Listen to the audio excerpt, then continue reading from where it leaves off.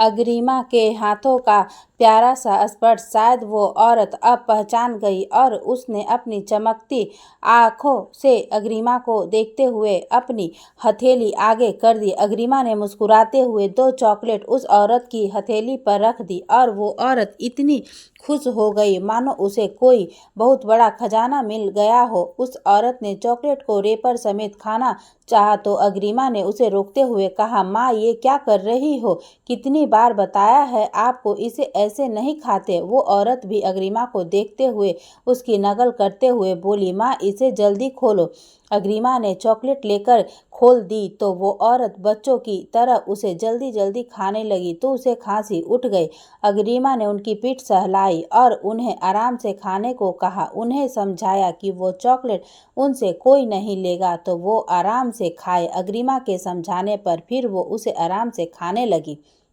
अग्रिमा एक पल को मुस्कुरा दी पर अगले ही पल अपने मन में सोचने लगी, पता नहीं किस्मत का दोस्त है या कर्मों का लेखा जोखा। जो बातें माँ अपने बच्चों को सिखाती है वो सब मुझे अपनी माँ को सिखानी पड़ रही है। शायद दादी और छोटी माँ सही कहती है, मैं ही मनहूस हूँ। मुझसे जुड़ा हर इंसान दुखी है। माँ प्लीज़ एक बार ठीक होकर मुझे गले से लगा लो।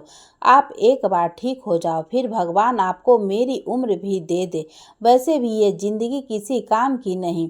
अब तक भी तो सिर्फ आपको ठीक करने के लिए जी रही हूँ। दादाजी ने मुझे बचपन से सिर्फ 2 लोगों के लिए जीने के प्रेरित किया है। पहली आप जो मुझे इस दुनिया में लाई हो और आपको ठीक करना अब मेरा पहला फर्ज है। दूसरा अर्जुन, उनके साथ मेरी किस्मत तब से जुड़ी है जब मैं सिर्फ 2 दिन की थी या ये संजोग हमारे जन्म से पहले ही तय हो चुका था। वो अपनी ही सोच में गुम थी तो उसकी माँ यानी संचिता जी ने अपनी चॉकलेट से खराब किए हुए हाथ उसे दिखाते हुए साफ करने को कहा तो अग्रिमा अपनी सोच से बाहर आई और संचिता जी को लेकर एक नल के पास गई और उनके हाथ मुंह अच्छे से साफ कर दिए। संचिता जी अपनी 2 दिन की बेटी की शादी का सदमा बर्दाश्त नहीं कर पाई थी और उन्हें अटैक आ गया था। राजवीर जी जब कमरे में पहुंचे तो संचिता जी उन्हें बेहोश पड़ी दिखी। सिर से खून भी बह रहा था, शायद सिर किसी चीज से टकरा गया था। राजवीर जी उन्हें नज़दीकी अस्पताल लेकर आए तो वहां के डॉक्टर को कुछ समझ नहीं आया और उन्हें चंडीगढ़ रेफर कर दिया। जगत राज जी अपनी पत्नी और पोती के साथ वापस घर लौट गए। तेजवीर गायब हो चुका था, कोई नहीं जानता था कि वो कहाँ है। राजवीर जी ने अपनी बेटी को अब तक ठीक से देखा भी नहीं था। अपनी बेटी का कन्यादान वो उसके नामकरण से पहले कर चुके थे और उनकी पत्नी वो कोमा में चली गई थी। सब बिखर चुका था मलिक परिवार में। राजवीर जी को कुछ समझ नहीं आ रहा था कि कैसे वो इन हालातों से लड़े। डॉक्टर ने संचिता जी के कोमा में जाने का कारण तो सिर पर लगी चोट को बता दिया था पर वो एकदम से बेहोश कैसे हो गई ये कोई नहीं जानता था कि आखिर संचिता जी को हुआ क्या था। डॉक्टर ने फिर अंदाजा लगाते हुए कहा कि शायद कोई सदमा लगा हो और माँ बनते ही कोई भी सदमा किसी भी औरत के लिए खतरनाक होता है और जब वो सदमा अपने बच्चों से जुड़ा हो तो तब तो और भी ज्यादा दुष्परिणाम हो सकते हैं। जैसे संचिता जी के साथ हुआ। हालात स्थिर थी पर वो कोमा में थी और उन्हें होश कब आएगा या आएगा भी या नहीं। कुछ सालों बाद संचिता जी कोमे से तो बाहर आ गई पर उनकी दिमागी हालत अब भी ठीक नहीं थी। राजवीर जी के लिए तो ये समय मौत से भी मुश्किल था। छोटे भाई का घिनौना इल्जाम, उस पर से उसका गायब हो जाना, पत्नी कोमा में और 2 दिन की बेटी की शादी एक ऐसे परिवार में जहां उसे शायद कोई नहीं अपनाएगा। वो खुद भी टूटने की कगार पर थे कि उन्हें हौसला दिया उनके यानी संचिता जी के भाई सुभाष जी ने न सिर्फ राजवीर जी को मुश्किल वक्त पार करने में साथ दिया बल्कि जगत राज जी के साथ अग्रिमा की परवरिश में भी उनका पूरा योगदान था। जहां जगत राज जी कमजोर पड़ते सुभाष जी उनका हौसला बढ़ाने के लिए उनके साथ होते। संजीता जी की दिमागी हालत के चलते उन्हें डॉक्टर्स ने अस्पताल में ही रखना ठीक समझा। इलाज के खर्च के चलते मलिक परिवार में हर रोज कलेश होने लगा, क्योंकि उस हादसे के बाद और तेजवीर जी के बिना बिजनेस भी ठप पड़ गया था और घर अब सिर्फ राजवीर जी की तनख्वाह पर चल रहा था। राजवीर जी का अग्रिमा के साथ व्यवहार देखकर सुभाष जी ने ही राजवीर जी को दूसरी शादी के लिए मनाया था, ताकि अग्रिमा को माँ का प्यार मिल सके, क्योंकि शारदा जी ने उस नवजात बच्ची को मनहूस बुलाना शुरू कर दिया था।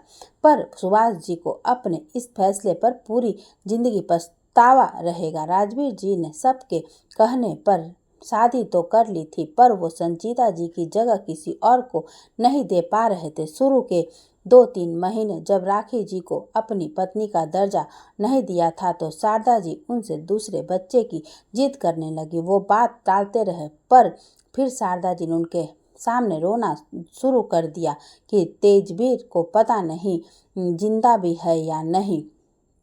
अगर तू भी नहीं माना तो हमारा वंश कैसे आगे बढ़ेगा। अगर इस मनहूस की जगह एक लड़का हो गया होता तो हम भी तेरे साथ संजीता के ठीक होने का इंतजार कर लेते, ऐसे जिद न करते। तेरे साथ अपनी माँ की जिद और पिता के वंश को आगे बढ़ाने के लिए राजवीर जी को राखी जी के साथ अपना गृहस्थ जीवन शुरू करना पड़ा। राखी जी राजवीर जी की दूसरी पत्नी तो बन गई, पर अग्रिमा के लिए वो सौतेली माँ भी नहीं बन पाई। राजवीर जी ने भी अब शारदा जी के साथ संजीता जी के इलाज के पैसों को गृह कलेश का मुद्दा बना लिया था। सुभाष जी ने उस कलेश के चलते अपनी बहन का पूरा खर्चा खुद उठाने की जिम्मेदारी लेनी चाहिए, पर जगत राज जी ने ये कहकर मना कर दिया कि संजीता उनके घर की बहू और खर्च भी वो खुद ही उठाएंगे। रोज रोज के कलेश से तंग आकर एक दिन जगत राज जी ने सबको कह दिया कि उनकी बहू संजीता अब इस दुनिया में नहीं है और उनकी अंतिम क्रिया भी अस्पताल के पास ही कर दी गई है। पर सच्चाई वो खुद राजवीर जी, सुभाष जी और अग्रिमा, सिर्फ ये लोग जानते थे। जगत राज जी ने अपनी जमीन से कुछ हिस्सा बेचकर वो पैसे अलग रख दिए, जिससे कि संजीता जी का इलाज अच्छे से हो सके। अग्रिमा जैसे जैसे बड़ी होती गई, उनके दादाजी ने उसे ये सब बता दिया और उनकी माँ की सेहत के बारे में भी। अग्रिमा ने कॉलेज पूरा करते ही एक MNC में जॉब के लिए आवेदन दे दिया और नौकरी मिलते ही वो अपनी माँ के इलाज के लिए पैसे बचाने लगी। संजीता जी की हालत कुछ खास ठीक नहीं हुई कभी, पर इलाज में पैसे बहुत लग रहा था। डॉक्टर ने अब अग्रिमा को बताया था कि इस हालत में उनकी माँ ज़्यादा दिन नहीं जी सकती। उन्हें ब्लड प्रेशर की समस्या बहुत ज़्यादा और पैनिक अटैक भी उनकी सेहत को प्रभावित कर रहे हैं। उनके दिमाग में खून के थक्के जमा हो गए हैं, इसलिए डॉक्टर ने ऑपरेशन की सलाह अग्रिमा को दी, जिससे संजीता जी के ठीक होने के चांसेस बहुत कम है। पर अब कोई चारा भी नहीं बचा था। ये रिस्क लेना अब जरूरी हो गया था। शायद उनकी हालत में कुछ सुधार आ जाए। अग्रिमा ने ऑपरेशन के लिए हाँ तो कर दी, पर इतने पैसे का इंतजाम उसका फ़ोन बजा तो उसने अपने फ़ोन की घंटी सुनकर वो अतीत से बाहर आई। जेब से फ़ोन निकाल कर देखा कि फ़ोन ऑफिस से कबीर का था। उसने फ़ोन उठाकर हेलो कहा तो सामने से कबीर बोला, कहाँ हो तुम यार, आज ज्वाइन करना था ना तुम्हें। अग्रिमा, आज नहीं कल ज्वाइन करना है मुझे कबीर सर। कबीर, जल्दी आ जाओ यार, मेरी हालत ख़राब हो रही है यहाँ। अग्रिमा, क्यों, क्या हुआ? कबीर, तुम्हें बताया था ना कि अब हमारी dealing Pratap group of company से भी होने वाली है और उस कंपनी के CEO अर्जुन के बहुत नखरे हैं हर चीज़ में। अग्रिमा अपने दोस्त के बारे में ऐसी बातें आपको शोभा नहीं देती। और नखरे नहीं कबीर सर, उन्हें हर चीज़ परफेक्ट चाहिए। उनकी सफलता का मंत्र है कि वो किसी काम में कोई कमी बर्दाश्त नहीं करते। कबीर, हाँ इसलिए ही तो कह रहा हूँ कि जल्दी आ जाओ, तुम्हारे बिना कोई काम ठीक से नहीं हो रहा है। Agrima, just 1 more day, tomorrow I will be there. Agrima ने फ़ोन काट दिया और उनके जहन में फिर से बहुत कुछ घूमने लगा, पर फिर उसने सारे ख्याल खटक कर कुछ वक्त अपनी माँ के साथ बिताया तो संजीता जी को कहती थी तो उसकी संचिता जी भी उसे माँ ही कहती थी। मरीज के मिलने का वक्त भी अब खत्म होने लगा था तो अग्रिमा ने प्यार से अपनी माँ के माथे को चूमा और उन्हें प्यार से समझाते हुए ठीक से रहने को कहा। दोबारा जल्दी आने का वादा किया। वो अपनी माँ को अलविदा करने के बाद कमरे पर चली आई। सारा सामान अब उसने पैक कर लिया था क्योंकि एयरपोर्ट पर समय से पहले पहुंचना जरूरी था। कुछ ही देर में वो नहाकर तैयार भी हो गई। उसके दिमाग में अब भी कुछ गणनाएं जारी थी। सोचते सोचते वो फिर से एक अतीत में पड़ गई। चंडीगढ़ आने के से तकरीबन एक हफ्ता पहले अग्रिमा और कबीर दोनों कबीर के केबिन में बैठे थे। कबीर और अग्रिमा दोनों किसी खास मीटिंग के लिए तैयारी कर रहे थे।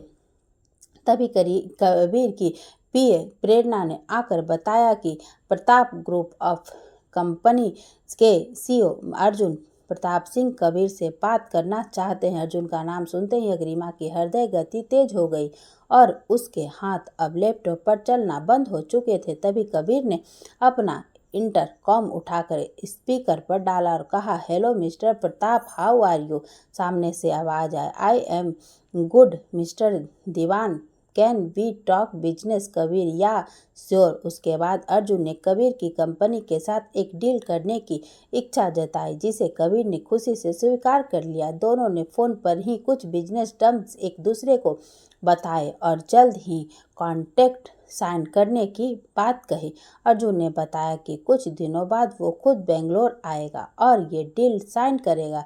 सारी बातें फाइनल होने के बाद जैसे ही अर्जुन ने अलविदा करना चाहा, कबीर एकदम से बोला, साले खड़ूस, तू हमेशा खड़ूस ही रहेगा ना। अर्जुन बिना कुछ कहे बस हंस पड़ा। वो कबीर फिर से बोला, क्या था ये सब, सीधे से फोन करके नहीं बोल सकता था क्या। अर्जुन सोचा, बिजनेस की बात है तो प्रोफेशनली करनी चाहिए। और बता कैसा है। कबीर मुस्कुराकर बोला, मैं तो मस्त हूँ, तू बता। अर्जुन, मैं भी ठीक हूँ। कबीर, वैसे ये चमत्कार कैसे हुआ कि तूने खुद किसी कंपनी को फोन करके डील ऑफर की है। अर्जुन, हाँ, सोचा तुझ पर एक एहसान कर दूं। Kabir, shut up Arjun. अर्जुन हंसते हुए, कई कंपनीज के कोटेशन ऑफ प्रेजेंटेशन आए थे पर मुझे कुछ खास जमा नहीं था। फिर कल मैं एक मीटिंग में था तो वहाँ मेरी कंपनी की एक प्रेजेंटेशन देखी, बहुत ज़बरदस्त थी and I am damn sure कि वो पीपीटी तूने तो नहीं बनाई थी। कबीर चिढ़ते हुए बोला, हाँ तो मैंने ऐसे काम के लिए स्टाफ रखा हुआ है, तेरी तरह गधा मजदूरी नहीं करता मैं। अर्जुन हंसकर, तभी तो हर बिजनेसमैन मेरे साथ काम करना चाहता है और मैं टैलेंट की कद्र करता हूँ। कम से कम तेरे स्टाफ के पास तो टैलेंट है, इसलिए खुद से तुझे डील ऑफर की है। कबीर, चल ठीक है, मैं शाम को कॉल करता हूँ, अभी कुछ काम है। अर्जुन, हाँ, all right, work come first. Agrima अपने अतीत के भाव सागर में गोते खा रही थी जब अग्रिमा को पता चला कि अर्जुन कबीर का दोस्त है और उसने कबीर की कंपनी के साथ डील की है तो वो वहीं कबीर के केबिन में कुछ पल तो बिल्कुल चुपचाप बैठी कुछ सोचती रही। दुनिया गोल तो है ही पर साथ ही छोटी भी, और हम जब किसी इंसान से दूर रहना चाहते हैं तो ये दुनिया सिमट कर और भी छोटी हो जाती है और हम उसी इंसान के सामने आकर खड़े हो जाते हैं।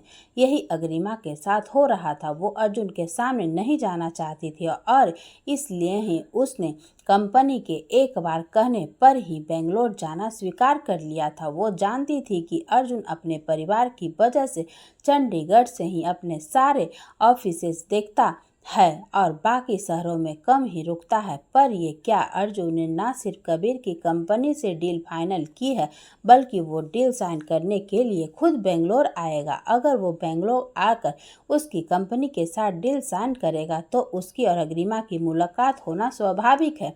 उस पूरे दिन अग्रिमा बस यही सोचती रही कि उसे अब क्या करना चाहिए।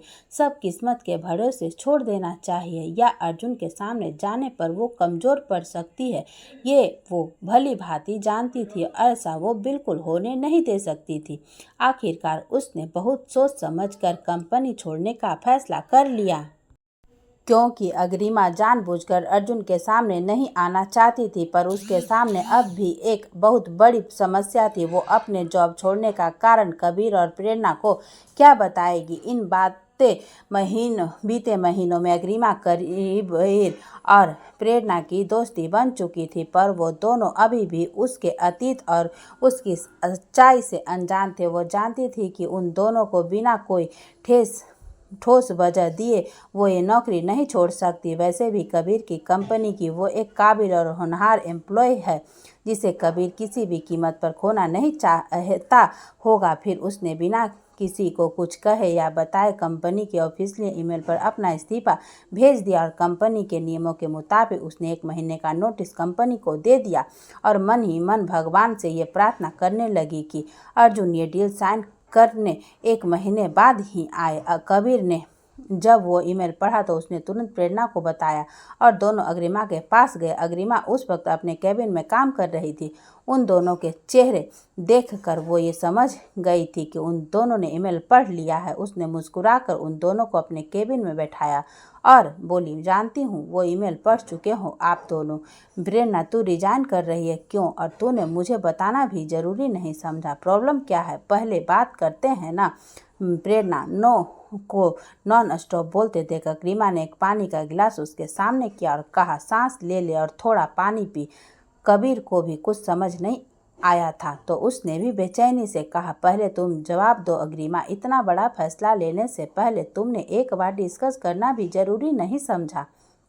अग्रिमा, कबीर सर, जिंदगी के कुछ फैसले इंसान को खुद ही करना चाहिए। प्रेरणा, अपनी ये फिलॉसफी अपने पास रख और साफ साफ बता कि तेरे दिमाग में चल क्या रहा है। अग्रिमा, प्रेरणा, मैं अभी तो कुछ नहीं बता सकती यार, पर यहाँ से जाने से पहले मैं आप दोनों को सब सच बता कर जाऊंगी। कबीर, मैं तुम्हारा रेजिग्नेशन अप्रूव नहीं करने वाला जब तक तुम मुझे कारण नहीं बता देती। कोई और कंपनी बेटर पैकेज दे रही है क्या? अग्रिमा, नहीं कबीर सर, रीजन थोड़ा पर्सनल है, अभी नहीं बता सकती प्लीज़। कबीर, रीजन कुछ भी हो, जब तक मुझे पता नहीं होगा तब तक मैं तुम्हें अप्रूव नहीं देने वाला। एक बार फिर फ़ोन बजने से अग्रिमा अपने अतीत से बाहर आई। फ़ोन टैक्सी वाले का था जो उसने एयरपोर्ट तक बुक की थी। सामान लेकर वो एयरपोर्ट के लिए निकल गए। उसे इस्तीफा दिए आज 12 दिन हो चुके थे, पर अब उसे अपना ये फैसला बदलना पड़ रहा था क्योंकि उसे पैसों की सख्त ज़रूरत थी। फिर कबीर उसका दोस्त भी था, उसे यहाँ से आसानी से लोन मिल सकता है। अब सचमुच उसने सब कुछ किस्मत के भरोसे ही छोड़ दिया था। उसने ना चाहते हुए भी अर्जुन से उसकी मुलाकात तो हो ही गई। यहाँ भी तो अगर किस्मत में उसका मिलना आगे भी लिखा है तो उसे कोई नहीं टाल सकता। पर अगर अर्जुन उसे दोबारा भी मिला तो उसे अपनी पहचान जाहिर कर देनी चाहिए? अपने दिलो दिमाग में बसी इस उलझन के साथ ही उसने शहर को अलविदा कहा और उसकी फ्लाइट के टेक ऑफ कर गई। अर्जुन भी अपनी कुछ उलझनों में उलझा था। हालांकि उसके ऑफिस में कुछ काम भी बहुत था, पर उसके दिमाग में रह रहकर अग्रिमा और सनशाइन आ रहे थे। बेचारा इस बात से बेखबर जो था कि दोनों एक ही हैं। काम करते करते उसकी नज़र जैसे ही अपने हाथ पर बने टैटू पर पड़ी तो दिल एक बार फिर बेचैन होने लगा। अर्जुन कुछ सोचकर घर के लिए निकल गया। वैसे भी शाम हो चुकी थी। उसकी गाड़ी उसके बंगले के फोर्च एरिया में पहुंची ही थी कि उसे अथर्व की गाड़ी भी गेट के अंदर दाखिल होती दिखाई दी। दोनों भाई एक दूसरे का हालचाल लेकर अंदर गए। नितीक्षा अभी तक ऑफिस से नहीं आई थी तो इस वक्त सिर्फ घर के लोग ही मौजूद थे। अर्जुन ने सबको अपने दादाजी के कमरे में बुलवाया। अजय जी भी आज थोड़ी नाजुक तबीयत के चलते लंच के वक्त घर आ गए थे। इस वक्त सब लोग सूर्य प्रताप सिंह के कमरे में थे और अर्जुन बेचैनी से इधर उधर टहल रहा था। अर्जुन को ऐसे देखकर सब परेशान हो रहे थे।